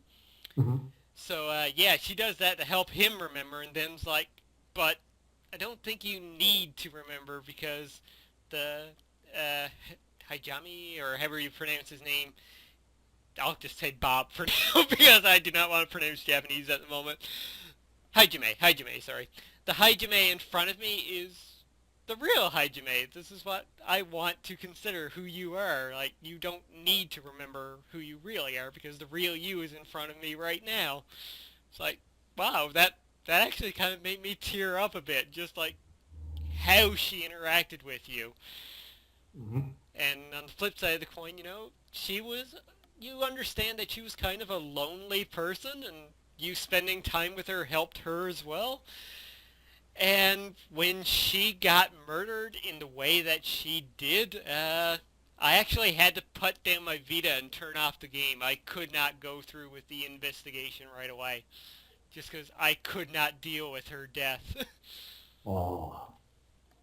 So yeah, that game just hit me hard once again, and it might just be how I played the game. If I had taken a different route, maybe that wouldn't have impacted me so hard. But yeah, and as the game went on, the story just like built up and was so fantastic, and how it ended up being connected to the first game was so well done. Just an amazing payoff. And right now it's competing with the first Danganronpa on which one will be my game of the year, because Ooh. I cannot decide right now. That is honestly a sign of a good game. I remember you posted on Twitter a few times that you couldn't stop playing it. hmm Essentially, this past weekend, I stayed up till 3:30 in the morning to finish up the game. And I had started at about, I don't know, 7 p.m.? Good God. Yeah, it was one of those moments where I was like, I'll just play a little bit more, and the story just got that good and ramping up so much. It's like, yeah, I can't stop till I'm done now. And that's a novel puzzle game, folks. A novel Yeah. puzzle relationship building game. And a Vita game to boot. That was originally a PSP game from what I know. Damn. Yeah. If you don't own a Vita, go watch a Let's Play of it. Agreed. Or in the case of the first game, go watch the anime. From what I know, it's exactly the same as the game. Nice. Yeah. So yeah, essentially that's what I've been playing this week. Bit of Mario Kart 8 too, but I won't dive into that. Yeah, it's Mario Kart. Mario Kart. It's good. It's beautiful. It's Mario. So with that, why don't we dive into our been watching section? Ooh, been watching. I've actually been watching a lot of stuff on HBO Prime. Oh, do tell. Uh, Game of Thrones. Do, do, do, do, do, do, do, do, do. Wow, why did I wait so long to get into this show? So have you, how far are you? I'm kind of watching in reverse. I did the marathon, the fourth season, Mm-hmm. which was great. Mm-hmm. And I've started the first season. Like I got through the first episode and then I think I was drinking and fell asleep. I don't remember. It was one of those days. I was like, oh, Game of Thrones. You know. Yeah. But my God, Peter Dinklage needs so many more awards. Everybody involved in that show needs awards. Just Mm-hmm. random people send him awards as presents. Just, my God. It's good. It's so good. Yeah. Yes. And yes. emotional, too. I didn't think I could, the trial episode. Mm-hmm. Very well done. The trial by combat episode. Oh my God. Crunch. Oh. And I've, been hearing other stuff. I don't want to say too much because I know there's people that still haven't watched it yet. Mm-hmm. But he could have won that fight. Mm-hmm. But he just it was his weakness, his own personal weakness. That's the thing with this show. Everyone's own personal weaknesses bring them down. It's their downfalls. Yep. Like with in the first season, I don't even know the king's name. Fuck me, Jesus, I should know this. Yeah, but you know who I'm talking about. Yeah, Baratheon. Yes, his weakness was his loyalty. Mm-hmm. And what happened? It got him beheaded. Mm-hmm. Wait, we talking about the right person here? Or you mean Stark? Stark, yeah. He got beheaded, right? Yeah. Or get my shit mixed up. He wasn't the king, though. Oh, well, look who was playing him. He's the king in everything he's in. What the hell are you talking about? I mean, this man went into a bar, was stabbed in the neck, and beat the guy up, and then took the knife out, and then walked to the emergency room. Well, I mean, Sean Bean is the king. Sean Bean, yes, Sean Bean, thank you. That he dies in everything he's in. Yep. Except for Silent Hill. Yeah, which is amazing. He came out of that alive. In any movie you expect him to die in, he doesn't. Yeah. But anyway, his big flaw, his what he saw as his strength was his weakness, Mm-hmm. his loyalty. Yep. With the crunch guy. I'm not going to say names for people who haven't seen it yet, even though it's all over the fucking internet. Yep. I'm not going to be that guy. His weakness was he needed to hear the confession. Mm-hmm. He had the fight won, but he needed to hear that confession, and that's what cost him his life. Mm-hmm. Even with a certain young king, his big weakness was his arrogance. Yep. That cost him his life. Mm-hmm. And even with a certain other character, a certain dog character, hound, if you will, his biggest weakness, he can't back down from a fight. Mm-hmm. That cost him his life. Yeah. But my God, what a fucking fight. Oh, it was beautiful. I hated seeing it, but I loved it so much, emotionally torn. Mm-hmm. You see these two characters you like, and it's like, oh, come on, you two can get along. Mm-hmm. You two, why? Oh, fuck.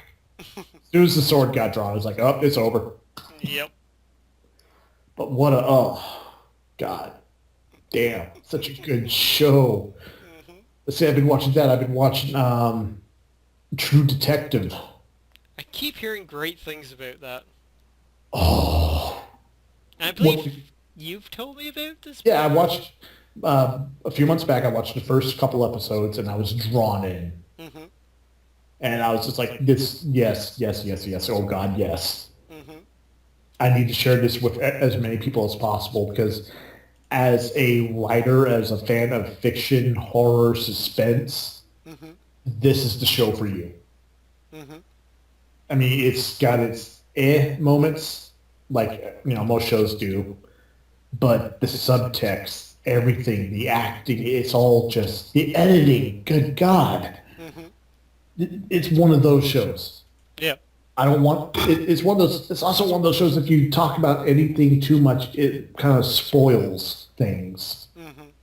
Because it jumps around in time a lot. Oh, okay. Like it starts off modern day with two characters being interviewed and they're former police detectives. Mm-hmm. And it's about a murder case that they did back in, I think it was 98, 95, around there, mid-90s. Okay. And it just keeps going back and forth until finally you catch up to modern day. You find out that there's a copycat killer or possibly the original killer doing the same thing again. Okay. There's a little thing dropped as, but we killed the person that did it. One of those things. Okay. Like I said, watch it. You will not be disappointed. Okay. I will definitely look into that. And I've been catching up on the wrestling. Yeah. I've been watching a couple of the pay-per-views. I watched Night of Champions. Not too impressed. There was some good stuff there, but Some surprising stuff, really. I mean, yeah, Cesaro and Sheamus. Oh, that was a good match. That was a fucking good match. Yep. And also Mark Henry losing. Clean. Yeah. No interference, no run-ins. It was a big guy match, and it was a clean victory for Rusev. And his fucking bronze, tan, blonde, whatever the hell she is. She a manager? I don't know. Manager and rumored to be girlfriend in real life. Yeah, they are. Yeah. That's one thing about wrestling. If you have a manager and you two travel together a lot, guess what's going to happen? The late Chris Benoit's wife was his manager. Oh, yeah, that's right. Tommy Dreamer, his wife was his manager. Beulah McGillicuddy. Hell, Macho Man and Elizabeth. Oh, yeah, that's the prime example right there. Prime example. It happens a lot. Stone Cold and Deborah. It happens. Even better, Triple H and Stephanie. Yeah, there you go. You know, if you two are together on the show, chances are you're probably together going to be and winding up together in real life. Hmm. But I've been catching up on that, watching some of the Raws, the SmackDowns, Hmm. and I'm happy to say the product is getting better. Hmm. Got a quick question to ask you. Did you watch the NXT Takeover event? I caught the last match, Hmm. and oh my god. Yeah, you'd never think you'd say that about a fatal four-way of all things. I was there. It was I don't know the guy's name, the current champion. Um, I'm still trying to learn everybody's new yeah, yeah. gimmicks. I know that wasn't always his name when he was on the indie scene. Hmm. Just like El Generico is now without a mask and the one with the beard. Hmm. I starts with a Z or some shit. I Oh, don't know. Sami Zayn. Sami Zayn, yes, he was El Generico on the independent scene, Okay. and just my God, the way he's still trying to be the face champion, but at the same time he doesn't want to lose, Hmm. and he's willing to do the bad stuff to win. Yep. And I like that. That was a great story. See, I'm one of those weird people that watch wrestling for the stories that they're telling inside the ring. Hmm. Like the Rusev and Mark Henry match. The story was Rusev wasn't strong enough to beat Mark Henry. Hmm. So he had to outthink him. Yeah. He had to hurt him. He had to, make him submit. Hmm. And he did. Yeah. I was kind of disappointed with the Cena Mm. Brock match simply because They had such a great one at SummerSlam. I don't think they had a good one at Slam. Honestly, the 16 suplexes, that was just bullshit. That was a slap. To me, that match was a slap to every wrestling fan. Hmm. A slap to their face. Yeah. Because yes, people have been wanting Cena to see Cena get his ass kicked for years. Yeah. I just thought it was a great way to show like how dominant of a force Brock Lesnar was. That he could be a heel without, cheating. Yeah, well, they could have done that so many other ways, but it was just Brock Lesnar being an asshole. Yeah. So, yeah. He could have, there's so many other ways they could have done it. Hmm. Like, the only part of the match I liked is when it was a spot where they were both down. Lesnar was just, laying there. Cena's trying to get up in the corner, and Lesnar did the Undertaker sit up. Yeah. That was great. That was good. That was smart. Hmm. And then he just started looking at Cena and laughing maniacally. Yep. And then at Night of Champions, they kind of turned that all around again. It's like, oh no, Cena can, fight back well enough. Yeah, which I was afraid they were going to do that. Hmm. Vince got scared. Yeah. It's like, oh no, we need Cena, how are we going to sell the t-shirts? Put a belt on him. It's just, if you're going to have him be dominant, there's ways you could make him, like, still wrestle. Yep. Hulk Hogan did it for years when he first became the world champion. Hmm. He made every guy look good for a certain period of time. Yep. Now he's just like, oh, I'm Hulk Hogan, boot, leg drop, I win. Yep. Yeah, if they were going to have, Cena almost win, have him, like, almost win. Yeah.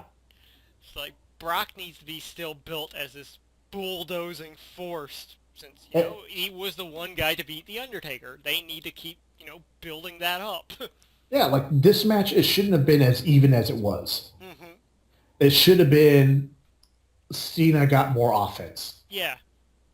Even though he was able to scrape his way to almost a victory. Right. It was still, it's psychology, wrestling psychology. It's something you can't teach. It's something you have to learn. Mm-hmm. But you can see matches that have good psychology. Example, that Fatal 4-Way. Yep. Great match psychology. Hmm. Hell, even the Divas match from Night of Champions was like that.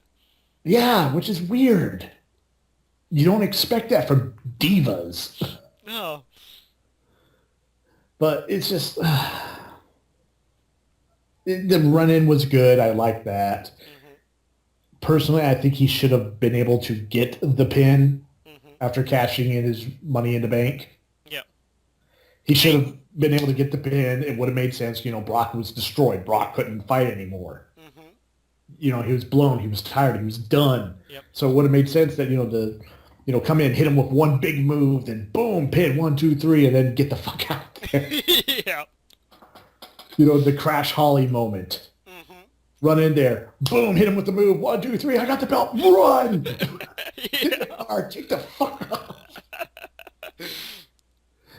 You know, the classic Benny Hill moment. Mm-hmm.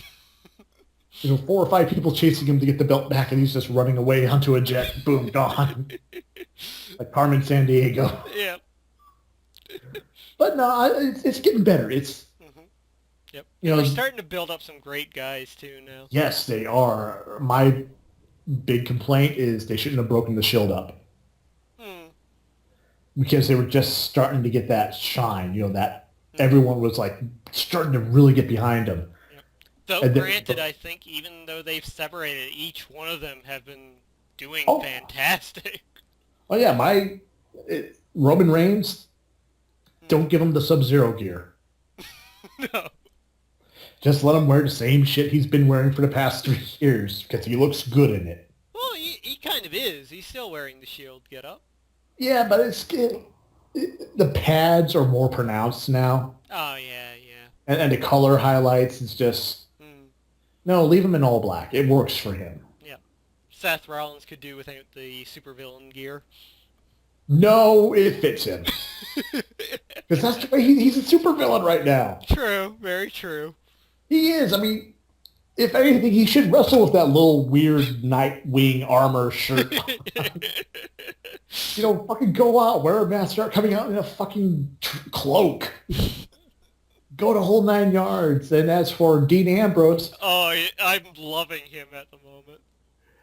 I have a friend. He's a pro wrestler here in California. His name is Joe DeSoul. Mm-hmm. If you can do this for me on the podcast, I will love you forever. Get a picture of Joe DeSoul and put it next to Dean Ambrose. Okay. It's separated at birth. I swear to you, these two look so much alike, it's scary. Mm-hmm. Like, they even wrestle the same. It's like that weird, crazy awkwardness when they wrestle. Yeah. Like, you know, you see Dean Ambrose, you know, he runs and jumps off stuff, and it's like, oh, why am I doing this? Yeah. Joe DeSoul's kind of the same way. Yeah, I think Ambrose is getting that nice blend of, like, the modern-day Stone Cold to him. Yeah. Which, honestly, I think he can do. Mm-hmm. Because when he was on the indie circuit, his character, Moxie or something like that, was pretty much what he's doing now. Oh, okay. He was crazy. He was just insane and, you know, master of titties, according to some of I think I totally agree with Matt Fowler over on IGN2, who does the wrestling wrap-up. He made a fantastic point, which I think the WWE should do with Ambrose. Just have him pop out of every random thing possible. Yes. Like he did last night when Kane just pulled off the big black box and he was under there somehow. Like, even though they locked him out back, and he's like, how did he get under this box? Who He's cares? great. That's how. He just tunneled out of there like Shawshank Redemption style. Totally. It's like, Ambrose, how'd you do it? Fuck you. That's how. Yeah. Oh my God, we should do a wrestling thing sometime. Oh, we need to. We definitely need to. Get you, me, Big Boss on there. I'll see if I Yep. can get a couple of my friends. I'm sure Izzy would love to. Oh, and speaking of wrestling, just real quick, you're familiar with Shelly Martinez, correct? Vaguely, yeah. She was Ariel in ECW. Oh, and okay, yep. And in TNA, she was the Cholo chick that used to come out with LAX. Okay, yep. Well, her and my roommate, Ultra Girl Brittany Wonder, are currently having a series of wrestling matches at Hood Slam. Ooh, And it is good. awesome. I mean, seriously, I can't. If you can look it up and find some of the footage, follow Shelly Martinez on her Twitter or Facebook, whatever. Follow Ultra Girl Brittany Wonder. Oh my God, some of the best female wrestling I have seen because they are doing some shit that you will not believe. Oh, awesome. I will definitely try and look some of that Yes, up. please look that up. So yeah, that's what I've been watching. Awesome. Well, I don't have as much as you. um, I've been watching more Fringe. I'm nearly done the fourth season now, and it's gotten from being really good to just kind of weird, which is unfortunate. But Yeah. I'm sticking with it. I'm going to finish it up, so I'm hoping for a good payoff.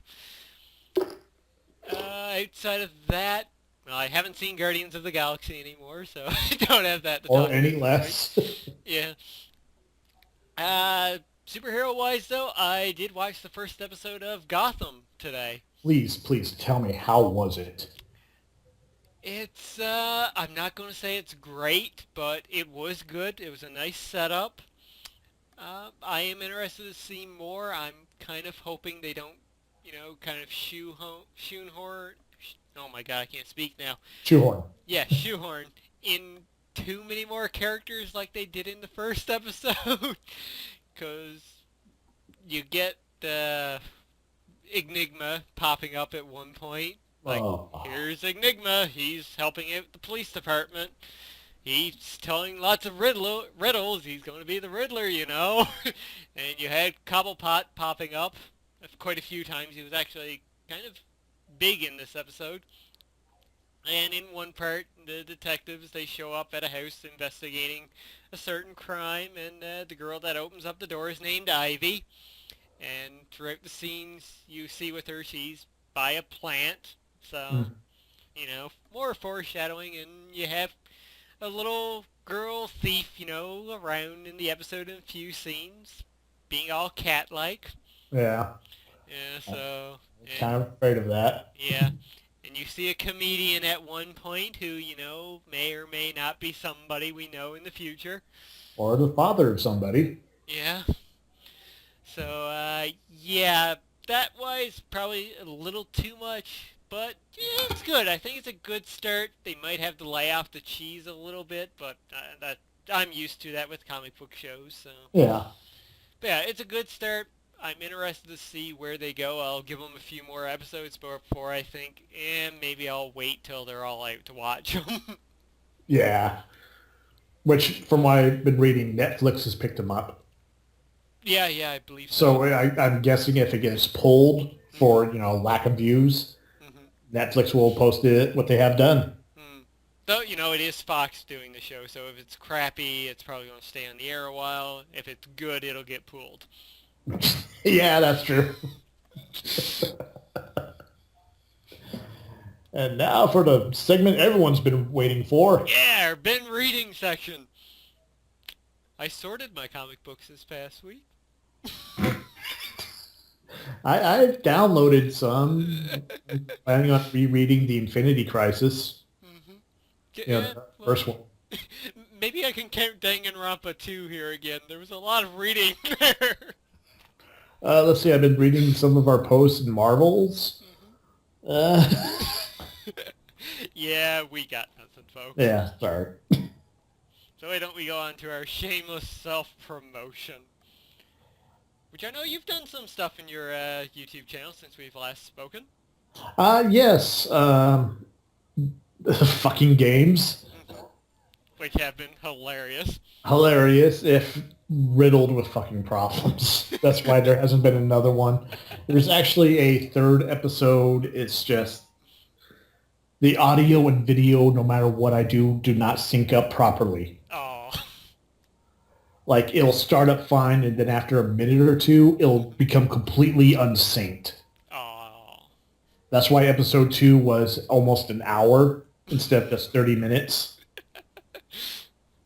And unfortunately, it sucks because I cannot crown the current champion, the king of fucking games right now because of that. But let's see. God, what else have I don't even remember. I don't even remember my channel. Did you do another drunk cast? Video manager. Nah, last Drumcast I did was back in June. Oh, Oh God. yeah, that's right. Yeah. Been a while. Let's see, fucking Games was in July. I've entered a contest put on by another YouTuber by the name of Rob Dyke. Mhm. Do you want to be a YouTuber? Mhm. And he has several different packages. He has the game player package, the vlogger package, and the cinema package. Mhm. I've applied for the cinema package. Basically, it's going to be a high definition video camera, proper audio equipment, as well as a lighting kit. Ooh. So I'm hoping I will win that. I won't find out until October 1st, which is just a week away, depending on when you put this up. Yeah.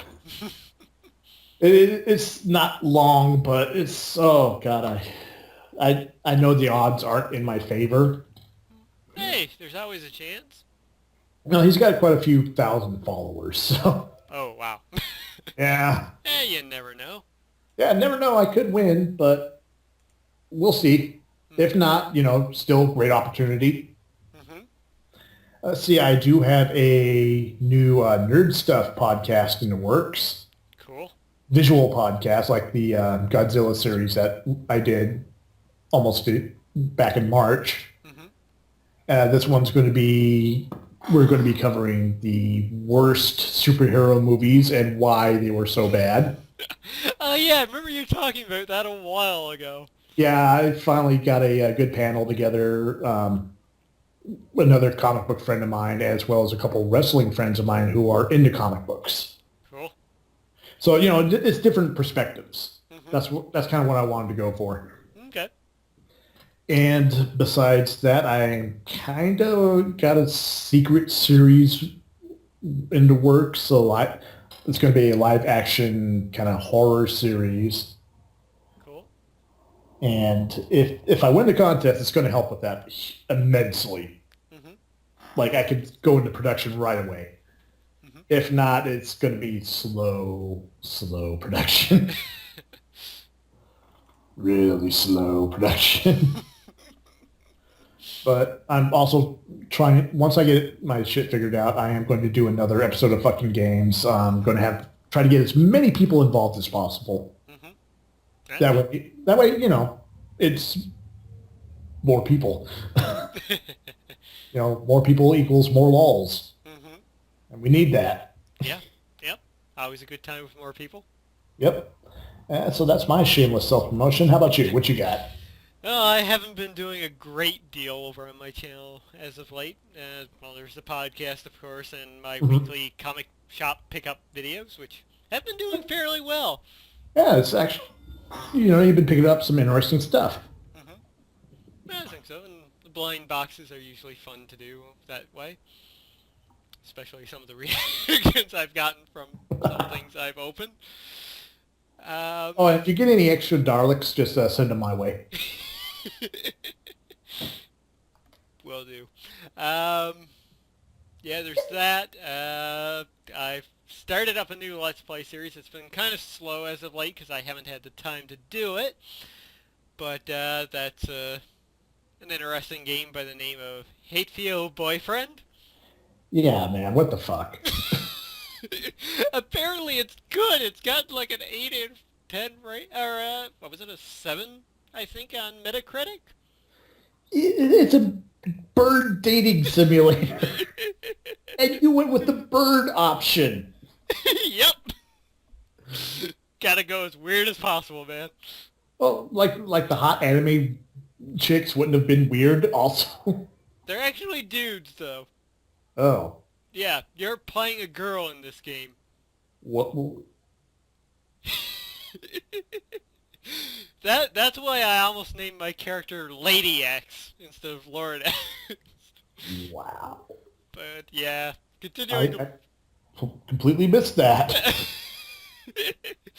Yeah, you might have noticed in episode 2 if you've watched it or not, but they do call me Miss at a few points. No, I haven't watched the second episode yet. My mind was just blown by the first one. Yeah. As Big Boss said, it kind of weirded him and confused him even more while he was watching. So it's working, folks! So I've been doing that, and just before we started up this podcast today, I've actually put up another new video, something that I'm hoping to bring back, and that's the unprofessional review. And unlike the one I did back in, God, I think it was March or April when I did Infamous Second Son, I've decided to take a new, shorter approach to this. Quick fire, basically one word slash sentence reviews. You've watched it, you know what it's like. Yes, I liked it. I think it will work very well. Thank you. Yeah, depending on what I play, I think this could be good. Maybe, hopefully, if I do a shitty game, which, who knows, maybe if I ever finish up Ride to Hell, I'll do one for that. I was going to ask you about that. So, yeah, you can look forward to that, and with the shorter, length to the videos and how easy I can just turn on my webcam and fire out 10 seconds of a review, I think I can probably post one of these up one a week, depending on how much of a game I get to play per week. I'll probably do one for Destiny next week, so you can look forward to that. That should be good. I think I already know what I have to say about it, so... So yeah, the unprofessional review has returned, and I really do hope people enjoy it. But yeah, that's about it for my channel. I'm hoping to do some more live stream stuff from my PS4 coming up. More indie games, because, Twitch and their new copyright thing popping up from time to time now was an annoyance. They're doing it too? Yeah, I did a video for The Last of Us, and the whole thing got muted because of the soundtrack. Oh, Jesus. And that kind of pissed me off from playing any more The Last of Us since I bought it, because I was hoping to do, a Let's Play of it this time around. So that's unfortunate, but hoping to do some more indie game stuff, probably some more Surgeon Simulator and Rogue Legacy, and various other indie games that are coming out for the PS4. True. If all else fails, there's always Minecraft. Yeah, you can expect more Minecraft for that, in that regards. I'll probably do some hardcore Let's Play stuff. Oh, jeez. Why would you do that to yourself?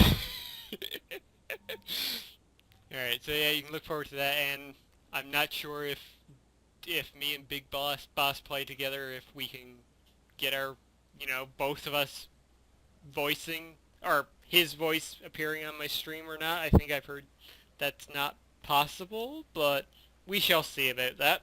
I've seen other Twitch streamers actually have like entire calls, like Skype calls in there.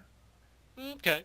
You might have to just run your audio through Skype, but yeah, it can be done. I've seen it. Okay. Yeah, I'll test the waters out and see what's possible with my current setup. If all else fails in months to come, I hope to buy a new capture card, so it'll be easier to do it that way. Mm-hmm. So yeah, that's my shameless self-promotion, and we have no questions and comments as far as I know. Just checking the last podcast. Nope. Nothing other than Baby Peticio commenting on the last podcast. Who knew Big Boss was interested in serial killers? Haha. So yeah, we have no questions this week. Nothing from Twitter since we've been recording, so thankfully Big Boss has not sent us another awkward question to answer, like he did several weeks ago. Oh. So while you're here, James, why don't we get you to answer his question from a few weeks back? Sure, hit me. Name your 3 celebrity crushes and your 1 man crush. Oh, jeez. Really? Only 3?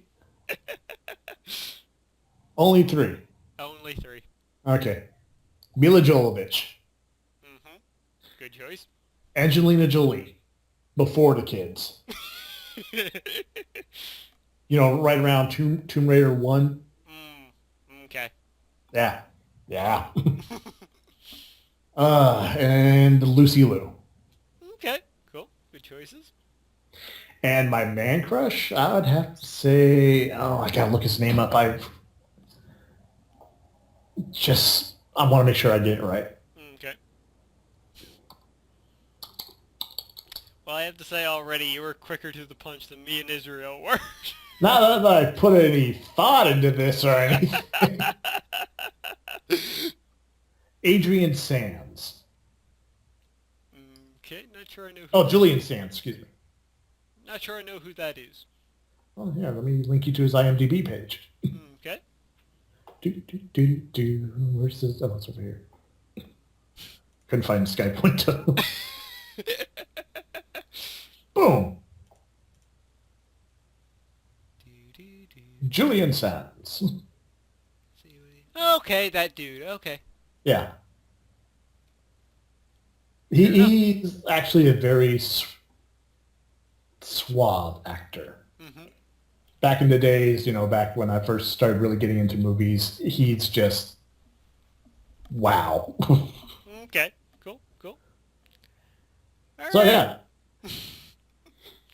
All right, so I do believe that's going to do it for this extra long episode of the CanUK podcast. It's a good thing we didn't have a random segment this week. I think the wrestling would have counted as a random segment. Probably, yeah. Well, that's what makes the CanUK podcast fun. Rambling and going off topic. I'm sorry. Please have me back. We all know you're welcome back at any given time. Yay. But yeah, I do believe that's going to do it for this episode of the podcast. So, James, why don't you take us out this week? I will do my best. Thank you one and all for attending this episode of the CanUK podcast featuring one Canadian, one American.